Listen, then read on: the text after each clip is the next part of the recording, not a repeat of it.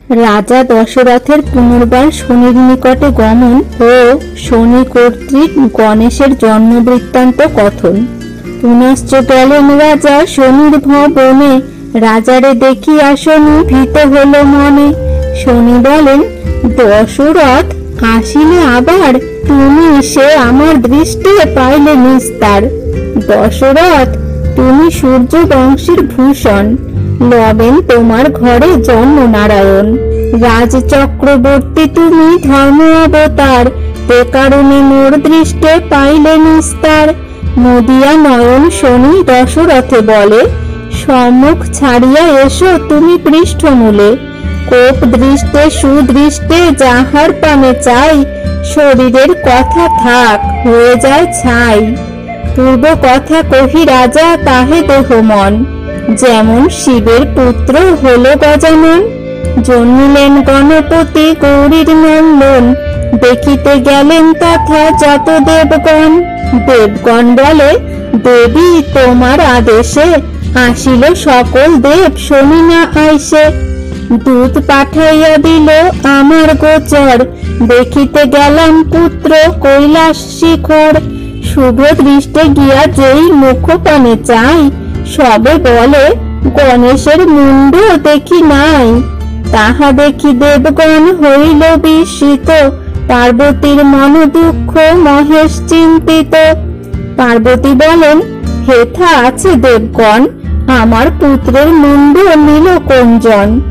দেবগণ বলেন, শুনহ বিশ্ব মাতা, শনির দৃষ্টিতে ভস্য গণেশের মাথা। দেবতার বাক্য শুনি রুষিয়া ভবানী, আমারে বোধিতে যান হয়ে শুল পানি। পলাইয়া যাই আমি স্থান নাহি পাই, দেবতার অন্তরালে তখন লুকাই। শুল হস্তে আইলেন দেবী মহাকোপে, পার্বতীর কোপ দেখি দেবগণ কাঁপে। সকল দেবতা তার করিল স্তবন, আপনি সৃজিয়া শনি মারো কি কারণ। তুমি আদ্যা শক্তি মাতা জগতের গতি, তোমার মহিমা বলে কাহার শক্তি।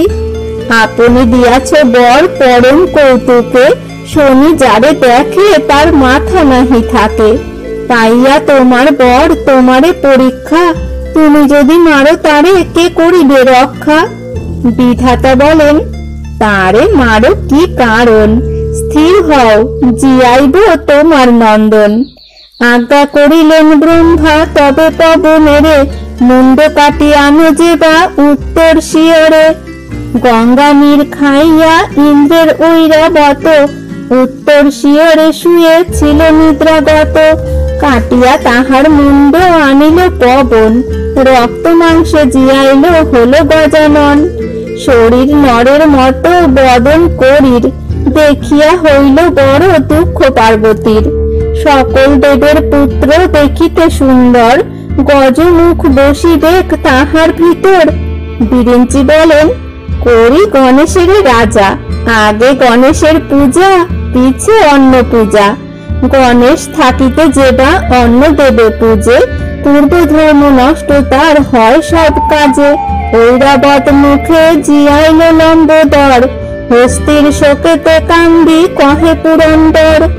উচ্চ শ্রবা ঘোড়া আর ঐরাবত হাতি, এসব সম্পদে মম নাম সুরপতি। আজ্ঞা করিলেন চতুর্মুখ পবনেরে, মুন্ড কাটি আনো যে বা পশ্চিম শিয়রে। পশ্চিম শিয়রে শুয়ে শ্বেত হস্তি যথা, পবন কাটিয়া আনি দিল তার মাথা। প্রান্তে ঐরাবত গেল নিজ ঘরে, এহেতু শুইবে নাহি পশ্চিম শিয়রে। দেবীরে বিদায় করি গেল দেবগণে, গণেশের জন্ম শনি কহিল রাজনে। শুভ দৃষ্টে কোপ দৃষ্টে যার পানে চাই, আমার দৃষ্টিতে কেহ রক্ষা পাবে নাই। মনুষ্য হইয়া তুমি আইসো বারে বার, সূর্য বংশে জন্ম হেতু পাইলে নিস্তার। সূর্য বংশ জাত আমি সূর্যের কুমার, এক বংশে জন্ম তেই পাইলে নিস্তার। কি কারণে আসিয়াছ তুমি মোর পাশ, বর চাহ তোমার পুরাব অভিলাষ। তখন বলেন দশরথ যশোধন, রোহিণীতে তব দৃষ্টে নহে বরিশন।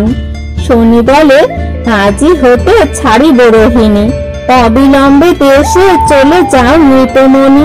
আজই হতে তব রাজ্যে হবে দর্শন, ঘুষিবে তোমার যশ এ তিন ভুবন। রোহিণী বৃষভ রাশি হবে যেই জন, সেই রাজ্যে হবে না আমার আগমন। হইয়া রাজারে তুষ্ট শনি দিল বর, চলিলেন রাজা ইন্দ্র নিকটে সত্তর। সভাতে বসিয়া ইন্দ্র সহদেব গণে, দশরথ বসিলেন তার একাসনে।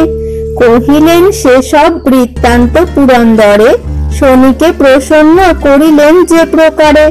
শুনিয়া রাজার কথা দেবরাজ ভাসে, এক্ষণে হইবে বৃষ্টি, যাও তুমি দেশে।